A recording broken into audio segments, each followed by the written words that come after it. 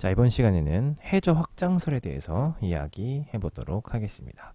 자, 오늘의 키워드는 총 세 가지입니다. 첫 번째, 음양측신법. 두 번째, 해저 확장설. 그다음에 세 번째가 그 해저 확장설의 증거입니다. 자, 첫 번째로 음양측신법부터 알아보도록 하겠습니다. 자, 우리 바닷속의 지형을 알아보기 위해서 쓰는 방법 중에 하나로 이 음파를 사용하는 방법이 있습니다. 그래서 요 음파로 측정한다 심해를 요런 느낌이요. 그래서 왱왱왱왱왱왱 이렇게 해가지고 초음파로 앞으로 쭉 가면서 얘가 앞으로 쭉 가면서 왕왕왕왕왕왕왕 하면서 돌아오는데 왔다 갔다 하는데 걸리는 왕복 시간을 가지고 간단한 식으로 계산해서 바닷속 지형은 요렇게롱 생겼겠구나 라고 하는 방법이 바로 음향측신법이다 라는 것입니다. 자, 이 음향측신법을 하기 위해서 가장 기본적으로 알고 이 배에 타야 되는 기본적인 물리량이 바로 물속에서의 초음파 속력입니다. 자, 요거를 계산을 하라는 문제를 준다면 물속에서 초음파의 속력은 몇입니다 라고 줄 거예요. 보통 공기 중에서는 초음파가 약 340 정도인데 물속에서는 약 1500 정도입니다. 그래서 요거를 외워라 라고는 하지 않겠지만 문제에서 단 초음파의 속력은 물속에서 1500이다 1500m/s이다 라고 주면 이걸 가지고 계산할 줄은 알아야 됩니다. 자, 한번 볼게요. 자, 여기서 배에서 초음파를 빵 쏴. 그러면은 여기 바닥을 찍고 돌아오겠죠. 그 시간을 t라고 뒀을 때 이 해저의 이 깊이는 보통 h, 높이나 깊이는 보통 height, h를 씁니다. 요 가로 거리는 distance에서 d를 쓰고 요 높이는 height 해가지고 높이 깊이는 보통 h를 씁니다. 자, 그래서 이 h를 구하기 위해서는 우리가 알고 있는 v랑 왕복 시간 t 이건 초시계 가지고 가면 돼. 초시계 가져가서 한번 뿌앙 쏜 다음에 얘 언제 돌아오나 한번 볼까? 그리고 초시계를 딱 쟀더니 만약에 예를 들어서 우리 계산을 위해서 한번 해볼게요. 자, 만약에 이 왕복 시간이 2초였다라고 해볼게요. 2초. 2초예요. 2초. 자, 그러면 자, 속력은 시간분의 거리인데 요 시간을 지금 우리가 2초라고 측정했으니까 여기 2를 집어넣으면 돼, 안 돼? 안 돼, 안 돼. 왜? 자, 우리가 여기서 이 배 위에서 초시계 들고 이렇게 쟀단 말이야. 이렇게 초시계 들고 쟀어. 이게 초시계. 풍선인가? 초시계 들고 쟀어요. 근데 여기서 2초가 나왔어. 그 얘기는 여기서 쏴서 여기 찍고 돌아오는데 걸리는 시간이기 때문에 이 깊이를 재기 위해서는 2초의 우리가 측정한 초의 얼마만 필요해? 절반만 필요해. 절반만. 됐죠? 그래서 2를 그대로 집어넣으면 안 되고 2분의 1 때려서 집어넣어야 됩니다. 좋아요. 자, 그러면 우리는 이 2분의 1 한 값으로 2분의 1 한 값으로 여기다 집어넣어 보면 얘는 결국 1이 되고 1초예요. 그리고 얘는 1500이니까 넘어가서 초 날리고 그래서 거리는 뭐 여기서는 깊이겠죠. 1500m이다 라고 결론을 지을 수 있는 거예요. 자, 그러면 우리가 이거를 일반식으로 한번 바꿔볼게요. 자, 우리가 측정하는 이 시간을 t라고 두고 2분의 1은 뭐 어쨌든 왕복이니까 그대로 있을 거고 여기 분수 그대로 있고 여기는 뭐 우리가 원래는 알고 있지만 알고 이 배에 타야 되지만 그냥 일반적인 V로 둘게요. 그리고 이 거리 우리는 지금 거리가 아니라 깊이를 재는 거기 때문에 얘를 H로 더 볼게요. 그럼 여기 빈 공간에 써볼까? 여기 위에다 써볼게요. 자, V는 어떻게 되어 있는 거야? T 곱하기 2분의 1 분의 H로 돼 있네? 위에 통째로 뭐 하면 돼? 넘겨. 통째로 넘기면 어떻게 돼? 그래. H만 남고 V 곱하기 T 곱하기 2분의 1. 됐네. 외울 필요 있어? 없어. 그냥 그대로 그냥 내가 알고 있는 거속시 이것만 가져가면 돼. 물론 이 또 거속시 선생님 1학년 때 알려줬잖아요. 거속시 외우는 거 아니라고. 시간분의 거리를 어떻게 하면은 좀 더 논리적으로 머릿속에 담을 수 있는지에 대해서도 알려준 바 있었습니다. 그러니까 우리는 일단 요 음양측 심법을 통해서 어, 해저의 깊이를 측정하는 데는 이렇게 계산해 볼 수 있다.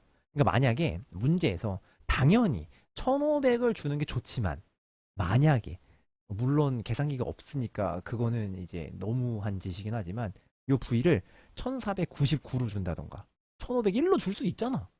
그럼 여러분들 서술형에서 이렇게 냈어. 만약에. 그럼 집어넣고 계산할 줄 알아야 되는 거지. 1500 외워서 대입 이건 아니라는 거. 알겠죠? 그러니까 요 근본적인 식에 대해서 좀 생각을 꼭 해줬으면 좋겠다라는 점 인지하고 넘어갔으면 좋겠습니다. 자, 이제 음양측심법이 뭔지는 알았어요. 이 음양측심법을 통해서 이제 바닷속의 지형을 알 수 있죠. 이런 막 울럭불럭한 지형들을 알 수 있습니다. 이 지형들에 대한 간략한 명칭들을 좀 알아보도록 하겠습니다. 첫 번째로 이 대륙붕인데 이 대륙붕은 수심이 한 200m 정도의 얕은 평지예요. 얕은 평지. 물론 이 바닷속 수심은 보통 바다 수심은 보통 4km에서 5km 정도인데 그러니까 풀어서 얘기하면 4,000m에서 5,000m 정도예요. 그러니까 200m 정도면 얕은 편인 거죠. 그러니까 얕은 평지가 조금 있어. 그거를 대륙붕이라고 하고 그리고 저기 막 이렇게 막 이렇게 막 평야가 막 바닷속에 그거를 이제 심해저 평원이라고 부르는데 그건 좀 이따가 여기서 하고 일단은 이런 얕은 수심의 평지를 대륙붕이라고 부른다라는 게 중요합니다. 대륙붕 중요합니다. 그 다음에 요 경사 있죠, 경사. 대륙붕 따라서 쭉 내려오면은 경사가 와르르 우르르 우르르 이제 이 퇴적물들이 이제 막 이렇게 산사태 일어나서 막 쏟아져 내리는 요 경사 요거를 대륙 사면이라고 부르고 그 다음에 이게 쭉 와가지고 여기 구덩이 요거를 해구라고 합니다. 이 지구에서 가장 깊은 해구는 마리아나 해구고 대략적으로 약 11km 정도 됩니다. 평균 수심이 4에서 5km라고 했죠. 마리아나 해구는 좀 특별합니다. 굉장히 깊어요. 전 세계에서 가장 깊은 해구입니다. 개 빼고는 평균적으로는 그래도 한 4km에서 5km 정도 된다라고 생각하면 됩니다. 됐죠? 자, 그 다음에는 쭉 와가지고 또 보면은 여기 이렇게 해령이라는 게 있네요. 오늘 이게 좀 확대해서 볼 건데 이렇게 볼록 튀어나와 있는 부분이 있어요. 볼록 튀어나와 있는 부분 좀 이따 요것만 집중적으로 볼 거예요. 자, 근데 우리가 아까 그 심해저 평원 얘기했죠. 요 심해저 평원하고 요 대륙대에 대해서 그렇게 중요하지는 않은데 궁금해할 수 있어가지고 준비는 해봤어요. 자, 여기 대륙붕 있고 여기 심해저 평원 있습니다. 대륙붕 있고 심해저 평원 있어요. 그러면 요 사이에 요 사이에 요 경사 정도에 따라서 지형이 조금 달라지겠죠. 자, 여기 경사가 빡 깊으면 계륙사면 해구 하면 끝이에요. 바로 심해저 평원이 나옵니다. 근데 경사가 좀 이렇게 완만하면은 여러분도 봐봐요. 경사가 이렇게 있어. 그럼 자 경사 끝나면 갑자기 평원 빡 이렇게 나와요. 자연스럽진 않죠. 뭐 우리가 가서 여기를 깎아내면은 그럴 수 있겠지만 일반적으로 여기 대륙사면 있잖아. 이렇게 완만하게 쭉 이어질 거 아니야. 여기 완만한데. 그러니까 대륙 사면을 시작으로 해가지고 대륙 사면과 이어질 거예요. 대륙 사면과 이어져. 대륙 사면과 이어지는데 이 경사가 한 1도에서 2도? 여기 1도에서 2도 정도 경사가 완만해지는 해저 지형.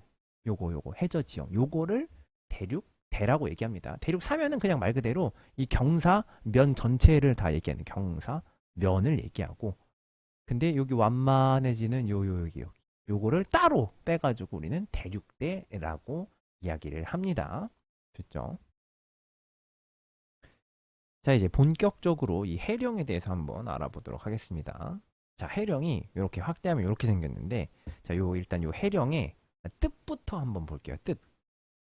자, 해령은 한자예요. 해는 바다의 자인데, 령이 무슨 령자냐? 이게 바로 고개령자, 고개령. 봉우리령, 고개령이라고 하는데 우리가 이런 거 어디서 많이 부르냐면은 일상생활에서 대관령, 추풍령 이럴 때 많이 불러요. 대관령, 추풍령 할 때 이 산봉우리 령, 산봉우리 령 요걸 쓰는 겁니다. 자, 그럼 봐봐요. 해령은 뭐겠어? 해, 바닷속에 령은 그렇지 봉우리라는 뜻이요. 바닷속에 고개, 바닷속에 봉우리 이게 바로 해령이다. 그래서 가다가 바닷속에 볼록 이 봉우리를 해령이라고 하는 것이 됐죠. 그리고 이제 또 뒤에서 또 할 건데 이 열곡에 대해서도 일단 한자부터 한번 알아볼게요. 열곡 뒤에서 또 자세히 얘기할 건데 열곡이라는 한자를 한번 또 풀어서 얘기를 해볼게요. 열곡은 요거는 찢어질 이거 곡은 뭐예요? 계곡할 때 곡자예요. 그래서 균열, 분열할 때 열자, 곡은 계곡할 때 곡자입니다. 그럼 이것도 해석하면 뭐예요? 찢어져서 만들어진 곡은 계곡입니다. 골짜기. 그래서 찢어져서 만들어진 골짜기 이거를 열곡이라고 하는구나. 그럼 다시 보면 해령은 이렇게 볼록볼록 봉우리인데 찢어져? 그럼 얘랑 딱 얘 잡고 얘 잡아가지고 양쪽으로 빡 당겨가지고 여기가 찢어져가지고 요렇게 골짜기 생긴 거 그거를 열곡이라고 한다 라는 거 이해하고 넘어가면 되겠습니다. 그래서 요 해령은 이렇게 볼록 튀어나와 있는데 봉우리 두 개의 열곡까지 있는 거 요 지형을 생각하면 되겠습니다. 자, 그리고 추가적으로 좀 알았으면 해가지고 요거를 가져왔는데 자, 해구랑 이 평균 수심이랑 이 해령이랑 깊이 차이가 어느 정도냐 라고 했을 때 있습니다. 평지 해령 이런 느낌을 한번 그려볼게요. 여기 바다 표면. 자, 그러면 보통 요 깊이가 4에서 5km예요. 평균 수심이에요. 평균 수심 4에서 5km. 그럼 요 해령, 요 봉우리, 요 봉우리 있잖아요. 요 봉우리 요거는 얼마 정도 되느냐? 대략 한 2km 정도 돼요. 그리고 해구는 아까 마리아나 해구 몇이었어요? 11km니까 대략 10km 정도. 이 정도 스케일 차이를 알고 가면 참 좋겠다. 라는 이야기를 해주려고 요 척도를 가져와 봤습니다. 그러니까 제일 얕은 거는 해령, 제일 깊은 거는 해구, 평균 수심은 대략 4에서 5km 정도이다. 자, 그럼 음양측심법을 통해서 해령이랑 해구를 한번 구별해 볼게요. 자, 이렇게 그래프가 나왔어요. 여러분 그래프 나오면 항상 축을 봐야 돼요. 축을 잘 봐야 돼요. 자, X축은 뭐예요? distance, 거리예요, 거리. H면은 깊이나 높이일 텐데 거리라는 건 옆으로 이렇게 가면서 시간을 쟀다는 얘기예요. 자, 가면서 시간을 쟀더니 이렇게 나왔대. 우리는 요 두 군데만 볼 건데 자, 어디가 해구고 어디가 해령일까요? 잘 생각해봐요. 자, 일시정지 해놓고 잘 생각해봐요. 생각해봤나요? 자, 해구는 왼쪽입니까? 오른쪽입니까? 그래요. 해구는 왼쪽입니다. 오른쪽은 해령이에요. 왜 그러냐면 시간을 봐봐. 시간. 이거는 모르겠으면 숫자를 대입해보면 정말 직관적이에요. 자, 내가 여기일 때 이렇게 해서 이렇게 봤을 때 요 시간과 여기일 때 이렇게 했을 때 요 시간 두 가지를 한번 볼게요. 자, 일단 높이 올라갈수록 시간이 증가하는 거잖아요. 이 10초 두고 1초 더 볼게요. 지금 이 거리는 내가 배 타고 이만큼 그냥 온 거야. 이 시간이 중요한 거지. 이 지금 배가 이동한 이 거리는 지금 중요한 게 아니야. 내가 해령하고 해구의 위치를 볼 건데 얘가 얼마나 온지는 뭐가 중요해. 얘는 이렇게 가면서 그냥 이렇게 가면서 이렇게 위용 이거밖에 안 한단 말이야. 위용. 그러니까 만약에 이렇게 해저 지형이 있으면 위용 하면 가는 거라고. 그러니까 얘가 지금 가는 건 지금 중요하지 않은데 이 시간을 봐봐. 시간. 얘는 지금 오래 걸렸어. 얘는 지금 짧게 걸렸단 말이야. 그럼 볼게요. 우리 바다가 있어요. 이렇게 바다가 있어. 그냥 단순하게 생각해봐. 단순하게. 자, 오래 걸렸대. 1, 2, 3, 4, 5, 6, 7, 8, 9, 10 이래. 여기는 1. 물론 여러분 선생님 2분의 1 해야 되지 않나요? 당연히 2분의 1 해야겠지. 근데 지금 그거 문제가 아니라 스케일을 보자는 거야. 1, 2, 3, 4, 5, 6, 7, 8, 9, 10, 1. 누가 더 깊니? 이 10초. 10초 한 여기가 더 깊겠지. 여기는 더 얕겠지. 그렇죠?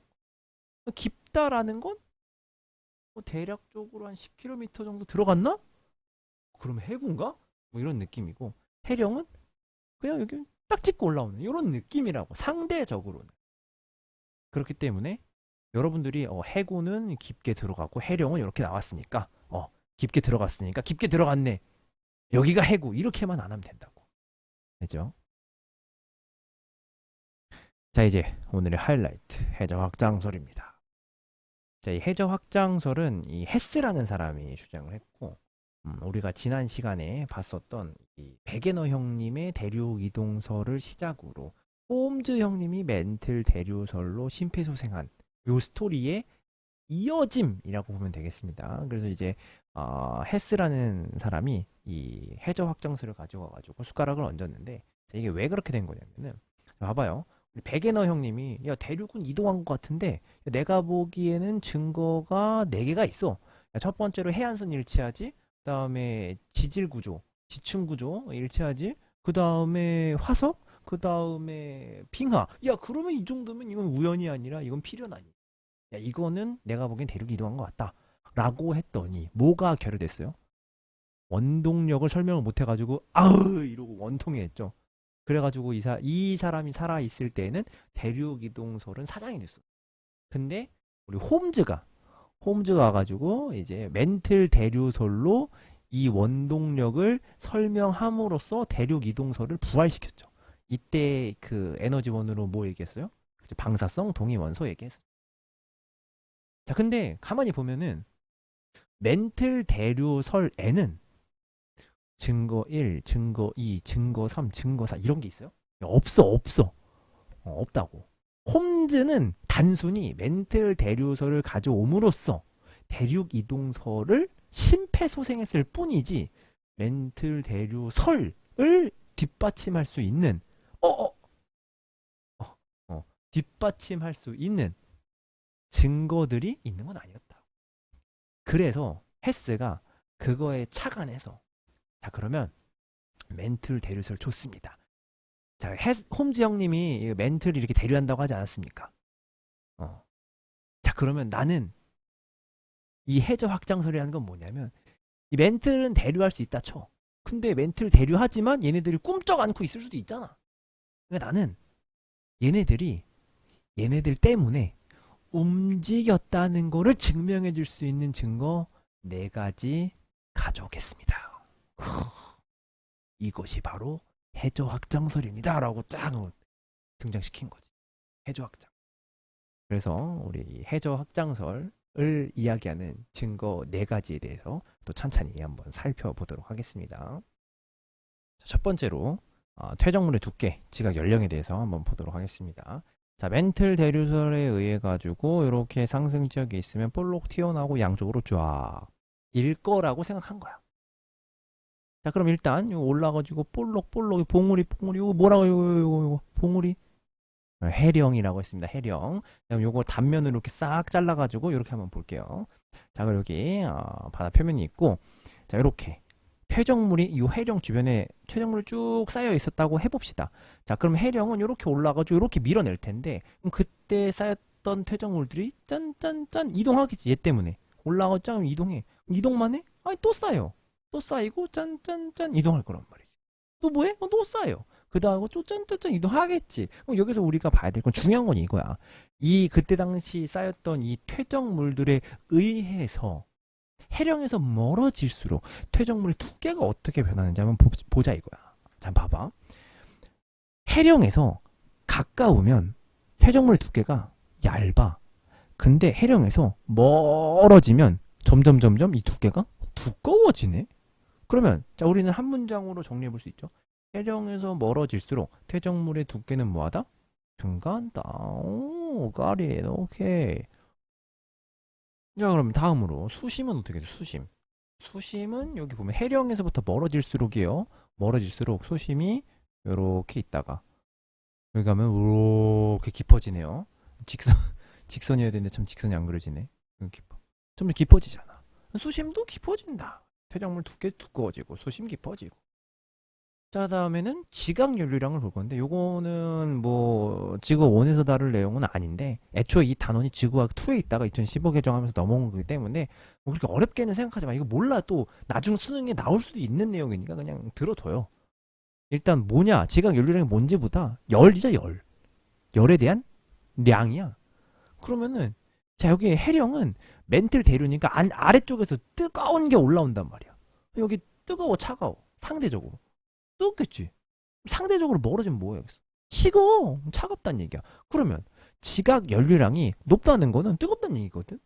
그러면 해령에서 멀어질수록 뜨거움의 정도는 어때? 그렇지. 감소한다. 뭐 어렵지 않잖아. 요거 추가적으로 하나만 더 알고 있으면 되지. 됐죠? 그리고 우리가 봐야 되는 게 바로 지각의 연령입니다. 연령. 잘 봐봐요. 자, 해령이라는 것은 여기서 아래에서 막 들끓어 올라가지고 새로운 것들이 여기서 막 아래에서 막 뜨겁게 새롭게 싹 올라와. 그래가지고 저쪽으로 쭉 전달해 준단 말이야. 그러면 여기는 새로운 것들이 올라오니까 아주 프레쉬하겠지. 아주 프레쉬. 젊단 말이야. 그럼 저쪽으로 가면 갈수록 나이 들어가지고 막 식어. 막 온도도 내려가고. 그게 지각 연령을 생각했을 때 떠올라야 되는 이미지예요. 그러니까 해령 쪽은 젊고 멀어질수록 나이가 연령이 뭐한다? 증가한다. 해령에서 멀어지면 연령이 증가한다. 이렇게까지 알면 된다고. 그래서 우리는 해령에서 멀어질수록 총 4가지를 비교할 수 있게 됐습니다. 자, 해령에서 멀어지면 퇴적물의 두께 어떻게 된다? 그렇지, 두꺼워진다, 증가한다. 자, 수심은? 그렇지, 깊어진다. 그 다음에 지각 연료량은? 그렇지, 감소한다. 연령은? 증가한다. 이죠.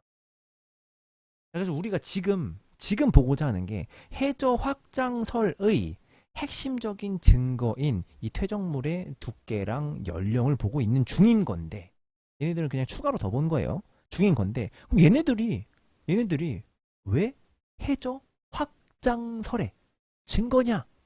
라는 얘기잖아. 자, 얘가 만약에 이렇게 올라와서 이렇게 밀어내는 현상을 지니지 않았다면 바닷속은 다 평지야. 심해져 평은 팍 돼 있단 말이야. 그러면 요 퇴적층들이 이렇게 기울어져서 쌓일 필요가 없어. 그냥 짠 이렇게 평평하게 쌓였을 거란 말이야. 이렇게 기울어져서 쌓일 필요 없이. 그러면 여기서 우리가 이렇게 양쪽으로 봤을 때 이 얘네들의 요 두께 변화가 있을까? 없어. 연령? 여기가 만약에 해령이라고 해도 일로 갈수록 뭐 늙거나 젊어지고 일로 갈수록 늙거나 있어? 없어. 왜냐면은 평평하게 쌓였고. 근데 얘네가 이렇게 경사져서 쌓임으로 인해 가지고 우리가 이렇게 서 있는 거잖아. 그러니까 얘네가 경사져 가지고 쌓이는 이유는 바닷속에서 올라와서 밀어내는 것밖에 없다. 라고 이야기하기 때문에 해령에서 멀어질수록 이 바뀌는 퇴적물의 두께랑 지각의 연령이 바로 해저 확장설의 증거가 될 수 있다라는 얘기가 되는 겁니다. 자, 이번에도 역시 그래프를 한번 그려보도록 하겠습니다. 자, 이렇게 생겨먹은 그래프고 가운데를 해령으로 두겠습니다. 자, X축은 디스텐스, 거리입니다. 양옆으로 가는 거리요. 깊이 아닙니다. 높이 아닙니다. 양옆으로 가면서 그래프를 그릴 건데 이렇게 나오네. 그럼 과연 Y축에 어떠한 변인을 넣을 수 있을까요? 생각해보세요. 뭐가 있을까? 좋습니다. 자, Y축에는 뭐가 들어갈 수 있냐면 첫 번째로 지각의 연령 들어갈 수 있습니다. 두 번째는 퇴적물의 두께 들어갈 수 있습니다. 뭐 세 번째, 네 번째도 만들 수 있는데 중요한 건 뭐다? 자, 해령은 제로야. 근데 가면 갈수록 증가하는 값이 무엇인가를 생각해 보라는 거야. 그렇죠? 그러니까 지각의 연령은 해령일 때가 가장 프레쉬해요. 그리고 갈수록 뭐한다? 나이를 먹어간다. 갈수록 나이를 먹어간다. 양옆으로. 퇴적물의 두께 또한 여기서가 제일 얇고 가면 갈수록 퇴적물 1, 2, 3, 4, 1, 2, 3, 4, 1, 2, 3, 4, 1, 2, 3, 4, 5, 6, 7, 8, 9, 10, 11, 12, 13, 14, 계속 쌓인다고. 그렇기 때문에 점점 두꺼워진다. 그렇기 때문에 Y축에는 이런 값들이 들어갔을 때 이렇게 그래프를 그릴 수 있다라는 것. 그죠? 그래서 우리는 지금 해저 확장설의 증거 첫 번째 퇴적물의 두께랑 지각 연령에 대해서 알아봤었습니다. 두 번째로는 고지자기의 역전 줄무늬의 대칭, 심메터리 대칭에 대해서 한번 보도록 하겠습니다. 자, 뭔지는 모르겠는데 일단 가운데를 기준으로 양쪽이 대칭을 이루고 있는 건 알겠습니다. 자, 그럼 우리가 여기서 주목해 봐야 되는 것은 바로 고지자기라는 건데 이게 뭐길래 대칭을 이루고 해저 확장설의 증거가 되느냐에 대해서 생각해 볼 필요가 있습니다. 자, 고지자기 말 그대로 옛날에 지구의 자기장을 이야기합니다. 자, 우리는 지금도 자기장을 가지고 있습니다. 왜 가지고 있지요?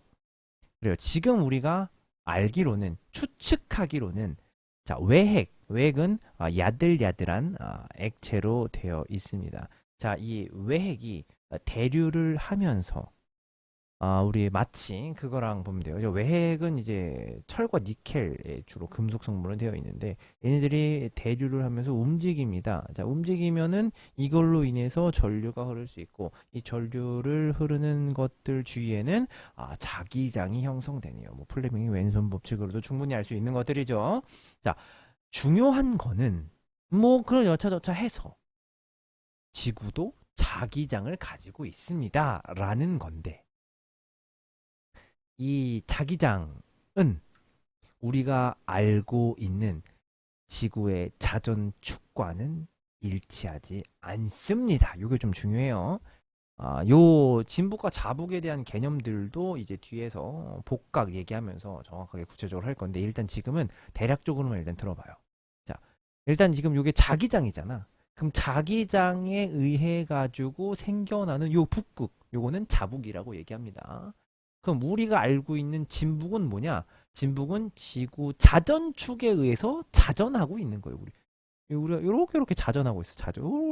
자전하고 있는데 자기장 축은 요거에 의해서 왔다 갔다 한다고. 요것만 기억하고 있으면 진북과 자북은 좀 일치하지 않는구나. 이거 기억해 볼 수 있습니다. 그럼 중요한 건 자, 현재는 이런 식으로 되어 있어요. 물론 지구 속에 자석이 있다고 생각하면 안 되는데 대략적으로 이렇게 볼 수 있다는 거예요. 현재를 정자극기라고 본다면 얘네들이 어떠한 이유에 의해서 갑자기 확 뒤집혀요. 이거를 역자극기라고 부른다. 까지만 알면 되는 겁니다. 그래서 여기가 지금 자북이면 여기가 자북으로 바뀔 때를 역자극기라고 하고 이거를 자기의 역전이 일어났다라고 얘기하는 겁니다. 됐죠? 이해됐죠? 자, 그러면 그 옛날에 고지작이라는 것은 과연 어떻게 기록되는 것인가에 대해서 대략적으로 살펴볼 건데, 자, 자기장 이렇게 있어 지금. 그럼 사람이 여기 서 있을 수도 있잖아. 그렇죠? 여기 서 있을 때는 자기장이 요렇게 간단 말이야. 요거를 세워서 보면 요렇게 돼 있는 거야. 여기서 일로 간단 말이야. 여기서 일로 간단 말이야. 할 수 있죠. 이게 지금 그 사진이야. 지금 우리가 여기 서 있는 사람이 가질 수 있는 스크린샷이야, 스크린샷. 자, 만약에 이 사람이 서 있는 이곳에 마그마가 있다고 생각해 보겠습니다. 자, 마그마 안에는 고철질 성분들, 뭐 철 같은 게 있을 수 있어요. 걔네들이 요 자기력 선에 반응합니다. 나침판처럼. 얘네들처럼 이렇게 요 방향으로 누울 거야. 그리고 나서 굳어. 그러면 그때 당시에 자기장을 기록해 버린 게 돼. 오. 이게 뿐만이 아니에요. 예를 들어 여기 요런 위도 있는 사람 봐봐. 얘네들은 자기력선 이렇게 돼 있을 거야. 오, 그래. 그럼 여기 마그마가 있으면은 이 마그마는 요 방향으로 이렇게 누워가지고 갑자기 굳을 수 있어.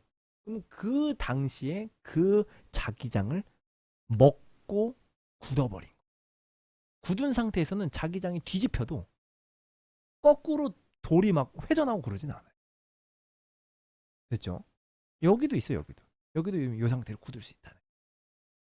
자, 그래서 보니까 이 해령을 중심으로 만약에 여기가 요 방향으로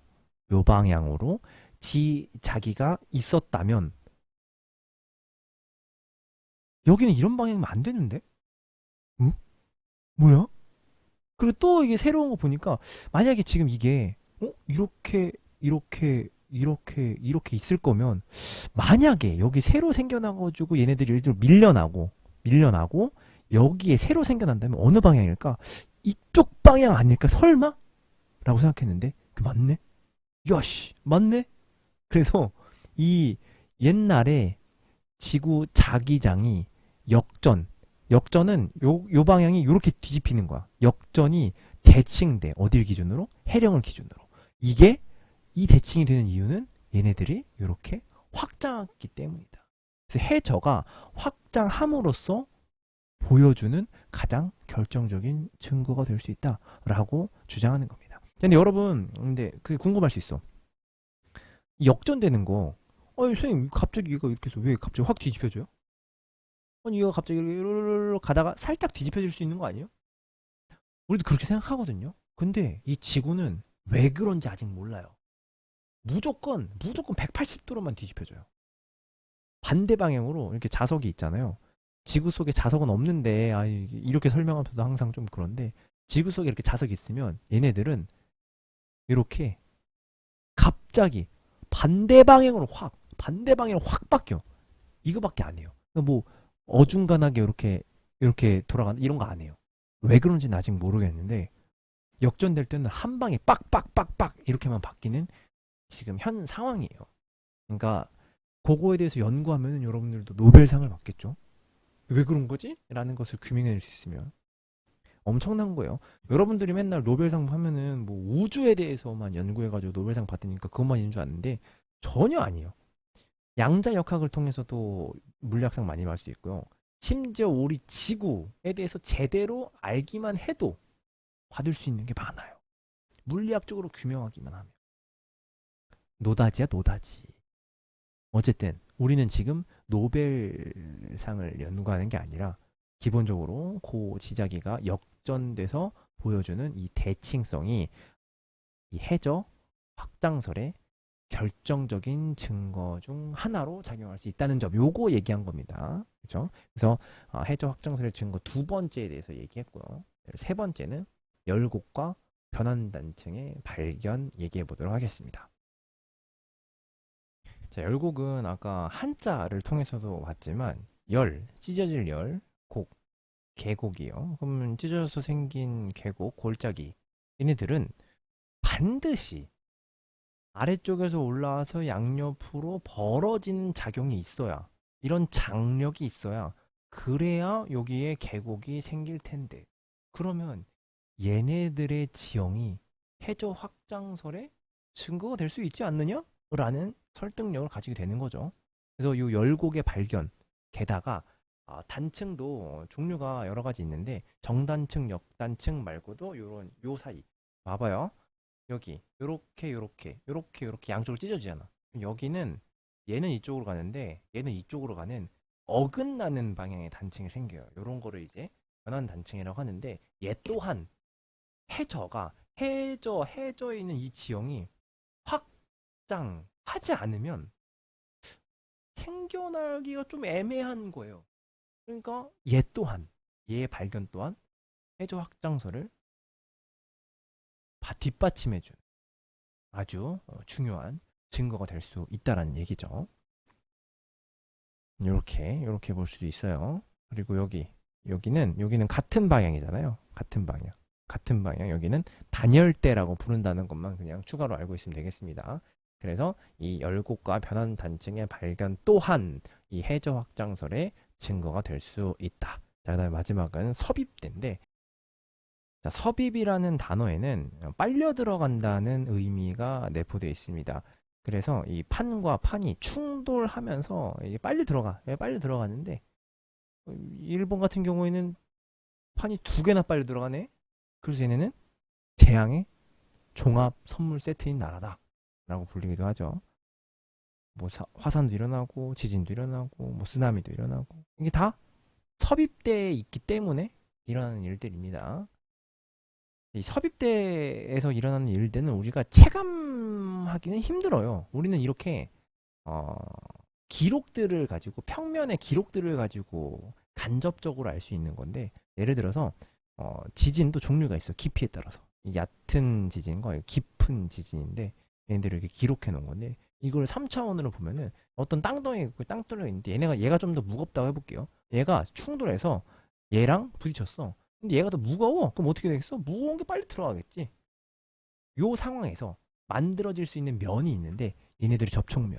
얘를 베니오프 대라고 하고 이 베니오프 지진대 면에서는 천발, 중발, 신발의 지진이 일어날 수 있습니다. 뭐 이 깊이가 700km까지고 뭐 여기에서 뭐 해양 지각이 소멸한다. 이런 거는 이제 플룸 구조론에서 자세하게 이야기할 거고 중요한 건 이걸 위에서 보면 아까 같은 이런 그림이 나온다는 거예요. 그러니까 이 왼쪽 판이 오른쪽 판에 빨려 들어가는 섭입되고 있는 중인 거라는 걸 알 수 있는 그림인 거죠. 이런 섭입대에서의 지각 변동이 해저 확장설의 증거가 될 수 있다는 건데 자 이거를 좀 더 덧붙여서 얘기하면은 자 봐봐요. 요렇게 가서 요렇게 있는 거야. 여기가 해령이죠. 올라와서 가서 이렇게 내려가는 아까 여기 본 거 여기가 섭입대 자 그러면 이 얘네들이 와가지고 여기 있는 애랑 이렇게 충돌하면서 빨려 들어감으로써 생기는 지각 변동. 이 지각 변동에는 뭐 단층도 있고 습곡도 있고 화산 활동도 있고 뭐 지진도 있고 이런 거를 다 그냥 지각 변동이라고 해요. 중요한 건 이런 섭입대, 섭입 막 들어가는 이 섭입대의 지각 변동 또한 해저가 확장했기 때문에 일어나는 것들이다 라는 이야기를 하는 거예요. 그래서 이 섭입대에서의 지각 변동 또한 얘네들이 해저 확장을 하지 않으면 여기가 충돌할 리가 뭐가 있겠어 라는 얘기예요. 그래서 증거 중에 하나로 효력을 발휘할 수 있다라는 내용이었습니다. 자, 그래서 정리해보면은 우리 키워드 오늘 3가지 했습니다. 음향특심법, 그 다음에 해저 확장설, 그 다음에 그거에 대한 증거 있었습니다. 음향특심법, 공식 뭐예요? 라고 얘기하지는 않겠지만 공식을 유도하는 방식을 좀 다시 한번 생각해봐봐요. 우리 맨 처음에 뭐 했죠? 그래요. 초음파를 쐈어요? 쐈어. 쏴고 돌아오겠죠? 그럼 그때 우리가 시간을 재면 그 시간은 그대로 쓰면 돼? 아니면 반으로 나눠야 돼? 그래, 반으로 나눠야 되죠. 그거 가지고 정리하면 어떠한 식이 나왔었어요. 그거 한번 일시정지하고 다시 유도해봐요. 그러면은 이렇게 나올 거예요. 됐죠? 해저 확장설은 누가 얘기한 거예요? 어떤 사람이? 헤스라는 사람이 얘기했어요. 베게너 아저씨가 얘기하고 홈즈 아저씨가 심폐소생술을 한 다음에 헤스가 증거 4가지를 대면서 이제 거의 정립 단계에 왔죠. 그래서 해저 확장설의 증거 4가지 뭐였어요? 첫 번째, 두께랑 연령이었어요. 뭐의 두께? 퇴적물의 두께. 그 다음에는 지각의 연령이었어요.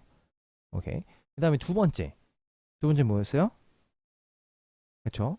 대칭이었어. 대칭. 뭐의 대칭? 고지작이 역전 줄무늬의 대칭이었어요. 여러분들 이 단어에는 너무 연연하지 마요. 중요한 거는 핵심 키워드만 알면 돼요. 그러면은 그 뒤에 단어는 만들어 붙이면 그냥 다 맞는 거예요. 됐죠? 세 번째는 뭐였어요? 뭐 발견했었는데. 그래요. 열곡과 변환단층의 발견이었어요. 마지막 4번째가 맞습니다. 섭입대에서의 지각 변동입니다. 이렇게 4가지의 증거를 가지고 헤스는 해저 확장설이라는 것을 주장했습니다. 좋습니다. 그래서 오늘은 이렇게 마무리하고 우리 다음 시간에는 이제 판구조론에 대해서 한번 이야기해 보도록 하겠습니다. 오케이, 여기까지 할게요.